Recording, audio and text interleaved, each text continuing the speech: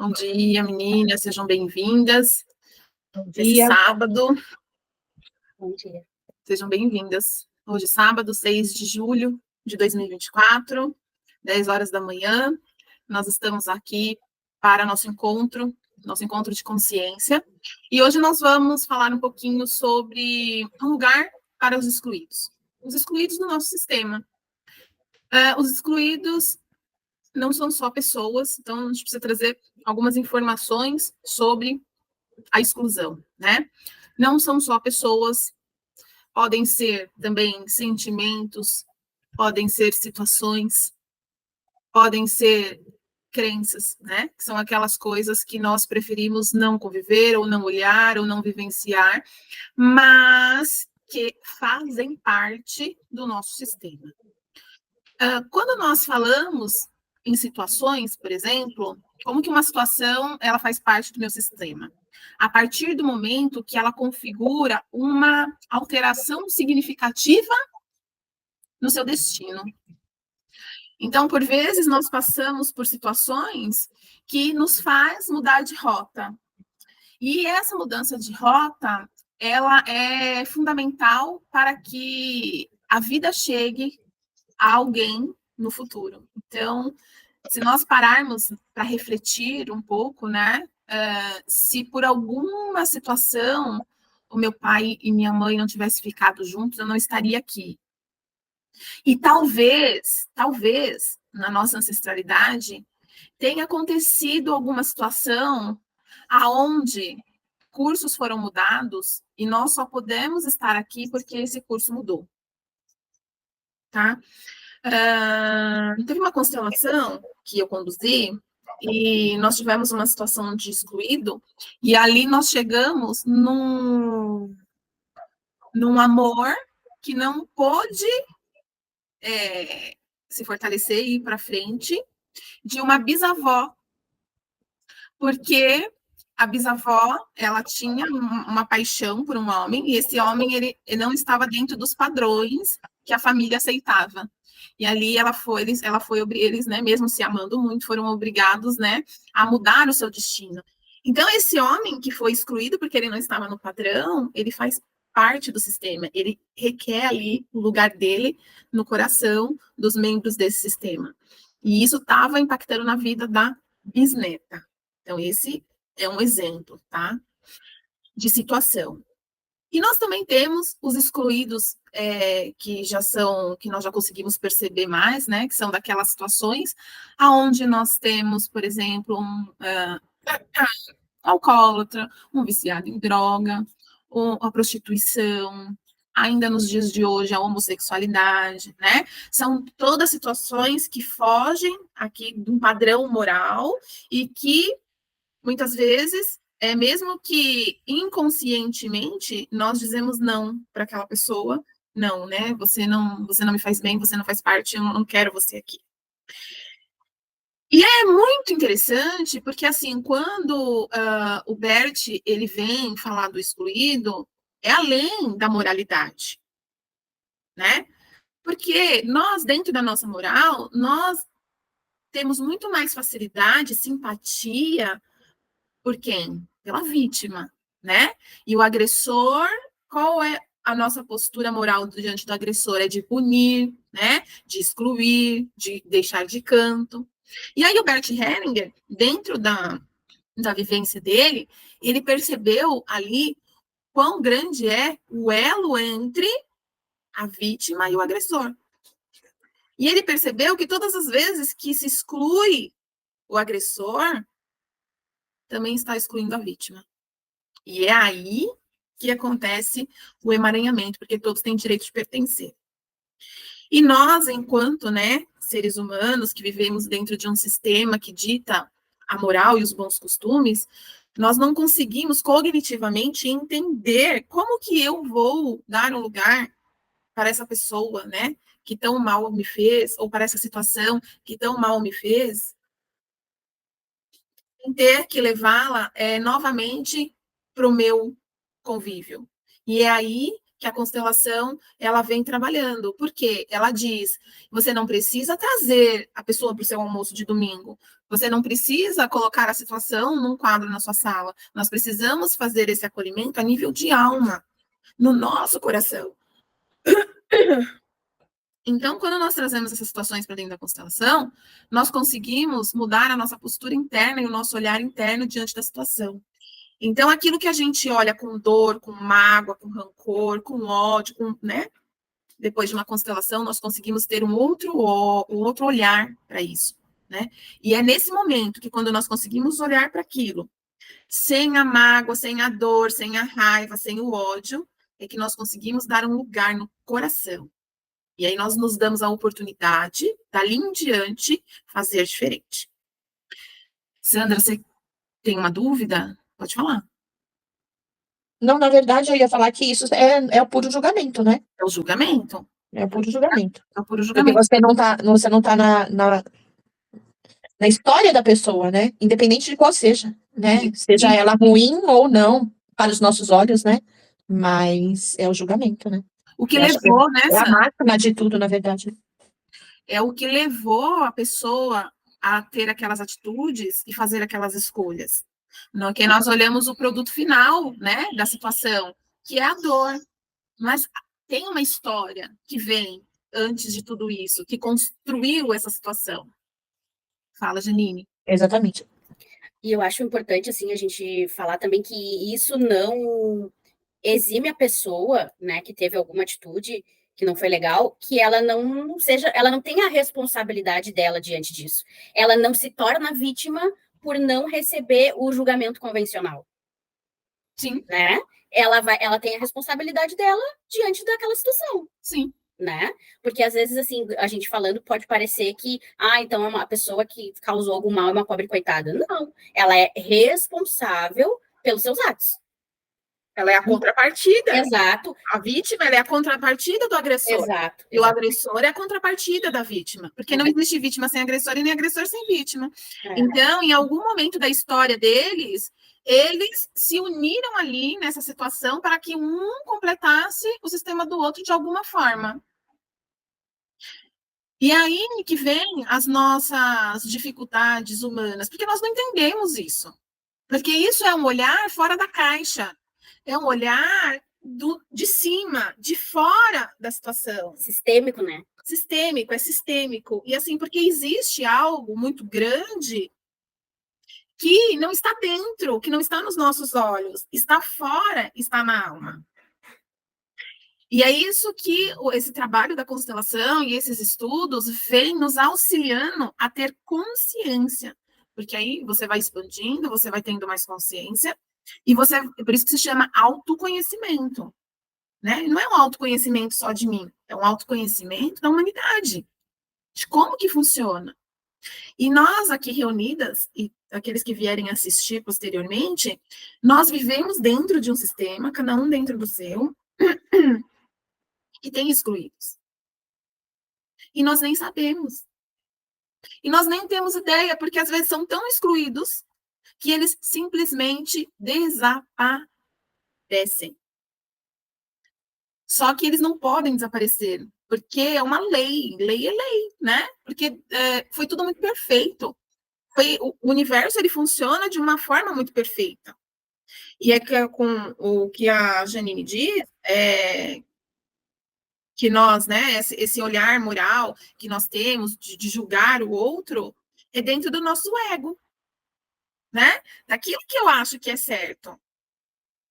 Isso, no segundo plano, mas está ali mesmo, Janine. Então, o nosso ego, ele diz que nós somos o centro e as demais coisas devem ser e funcionar para nos nutrir dentro do nosso ego. Só que nós somos quantos bilhões aqui? Nem precisamos olhar para os bilhões, vamos olhar para dentro da nossa casa, né? Somos nós, e mais 2, e mais 3, e não estamos nem falando da família inteira, estamos falando só dentro da nossa casa. Então, na minha casa, nós somos 4 egos, cada um querendo puxar para o seu lado, cada um querendo viver no seu conforto. E quando a gente traz para essa consciência, nós começamos a perceber que nós não temos que ter as pessoas ao nosso serviço, e nem nós ao serviço de ninguém, porque tem que ser coletivo. Só que nós vivenciamos o dever pelo amor primário, pelo amor infantil, de fazer com que aquele que foi excluído e esquecido retome o lugar dele. Então, nós vivenciamos as dores e nós espelhamos, né? Para que isso seja visto. Então, gente, toda dor, por mais que a gente negue, eu nego as minhas também, nós negamos, né? Porque o ego é mais forte. Por mais que a gente negue toda dor, todo conflito, toda situação, todo relacionamento conflituoso, é algo que precisa tomar o seu lugar. E quando nós temos a consciência de que nós não somos vítimas e que nós também não somos agressores, que nós somos a contrapartida, e aí então nós podemos ter mais consciências para lidar com as situações e fazer o principal, que são as nossas escolhas. Pode falar, Sandra. Eu vejo muito isso como a lei natural, né? Que tem a causa e efeito. Isso mesmo. Não tem como ser diferente, Não. independente de quem seja, né? Uhum. Então, é isso que eu tô falando, como é perfeito o universo, né, Sandra? Ele já deixou lá, as leis universais, a causa e efeito, tudo que vai e volta, né? E às vezes tem coisas que demoram muito tempo, e tem coisas que vêm imediatamente. Então, nós precisamos observar as nossas ações, os nossos sentimentos, né, para com o outro, porque quando nós temos consciência, por exemplo, dessa lei da causa e efeito, porque nós, enquanto egocêntricos e humanos, às vezes nós nos vemos em situações, sei lá, acontece alguma coisa com alguém que você não gosta muito, você não bate muito, você fala, essa pessoa aí mereceu. Mas quando você tem essa consciência, você para e fala, opa, o que eu estou desejando para ela vai vir para mim.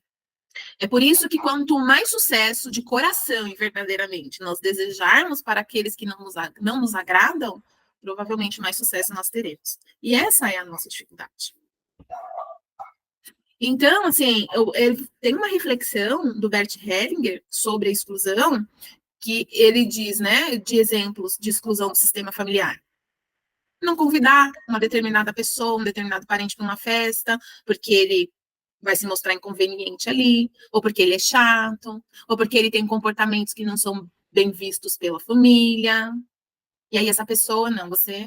E isso dentro daquilo que a gente observa aqui, mas talvez isso tenha acontecido gerações lá, ó, que a gente não tem ideia. De pessoas que foram excluídas do convívio, do sistema, porque ela não fazia parte, talvez, Fugia do padrão, né? Fugia do padrão. ela fugia do padrão. Então, né? Ela fugia do padrão. Mas e por quê? E essa pessoa que fugia do padrão? Talvez ela estivesse ali buscando um lugar também de um excluído. Para que se olhasse para ela, se aceitando essa pessoa, também estivesse aceitando ali todos os excluídos dessa família. Mas nós podemos pensar isso também nas nossas relações atuais, né? Daquilo que a gente conhece, né? Ou simplesmente evitar alguém ali, um familiar, né? Porque ele tem uma crença divergente da sua, porque ele pensa diferente. Ou porque ele é um alcoólatra, ou porque ele usa droga, ou porque ele tem uma condição física limitante diferente, ou porque ele tem uma doença, ou porque ele é homossexual, né? Tudo isso são questões que tiram ele do padrão. E aí, talvez, se coloque ele na marginalidade, né?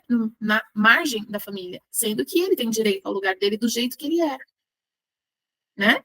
Então, as opiniões, as crenças, os desapontamentos, os conflitos recorrentes, eles naturalmente nos fazem excluir determinada pessoa.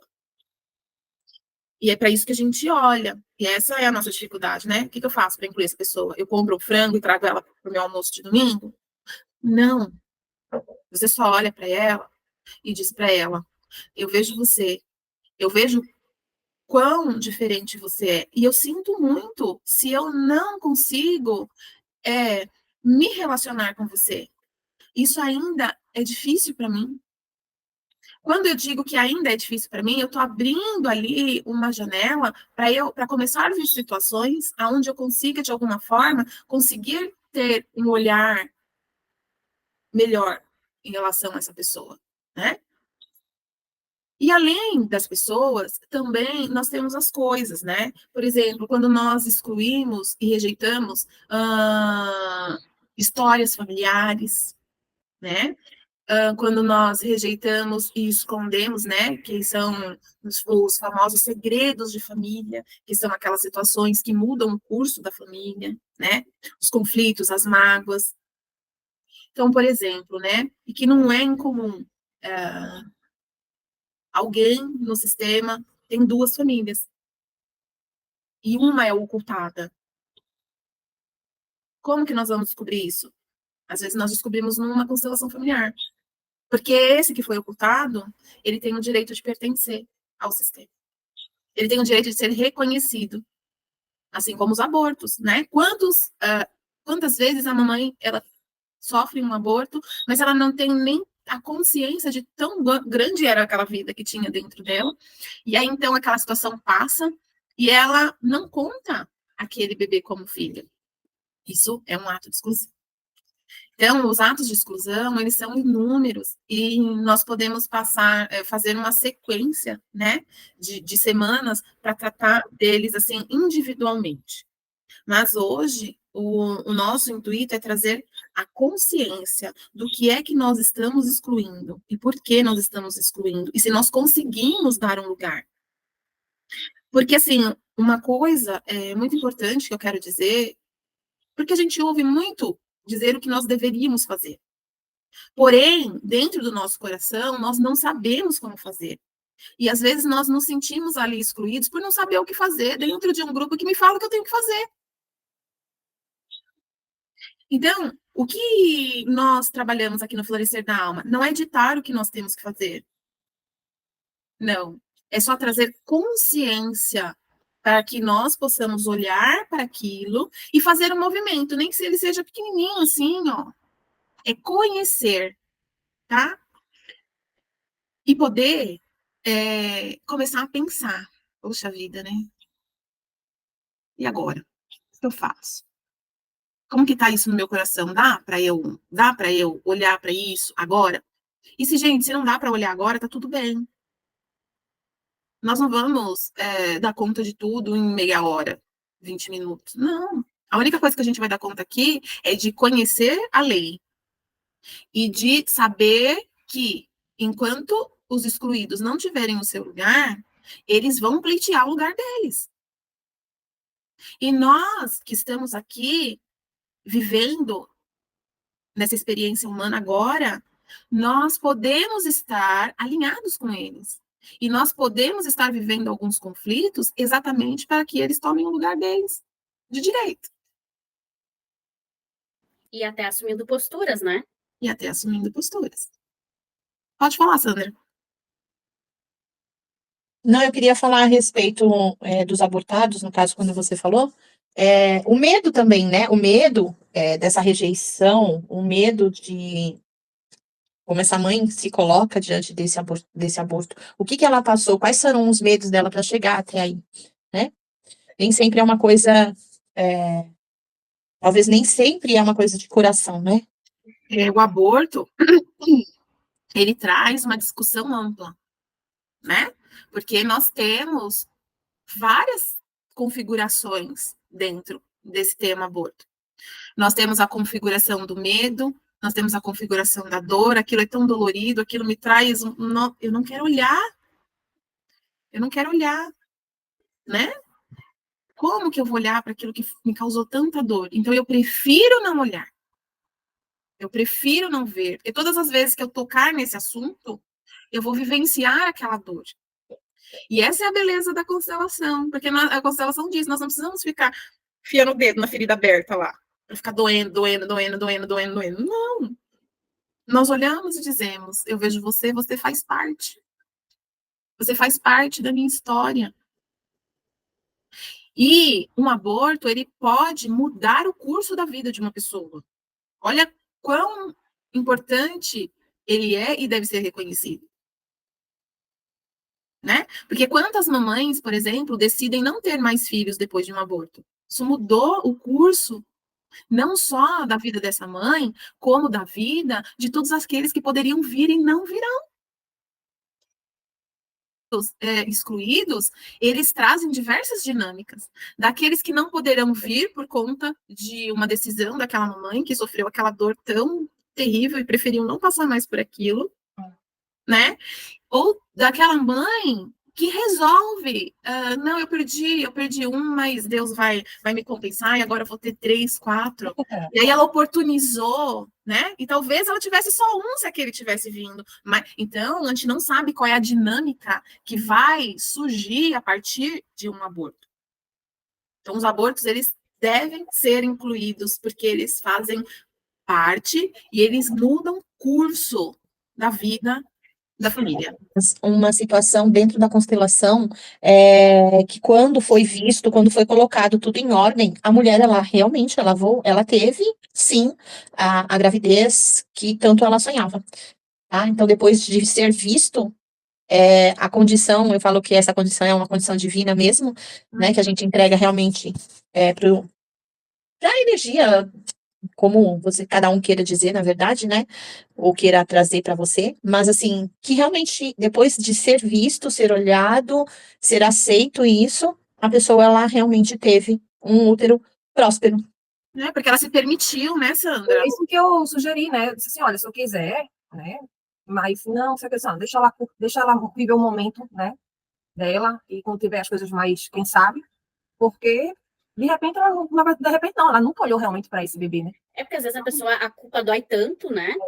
Que ela não consegue nem olhar. E aí, a partir do momento, seria só incluir, assim, claro, estou reduzindo a situação da inclusão, seria só incluir, mas o olhar para isso, olhar para essa situação, para essa atitude que ela teve, ou que de repente já é uma dor ancestral, né?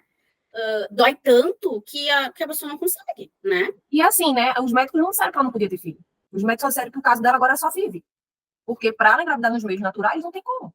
É difícil. Até a taxa hormonal dela tá baixa, 0,2. O 4 é o normal. Então, é o corpo dela dizendo, né, não à concepção. Mas por que esse corpo diz não à concepção? Nosso corpo está integralmente ligado à nossa alma, né?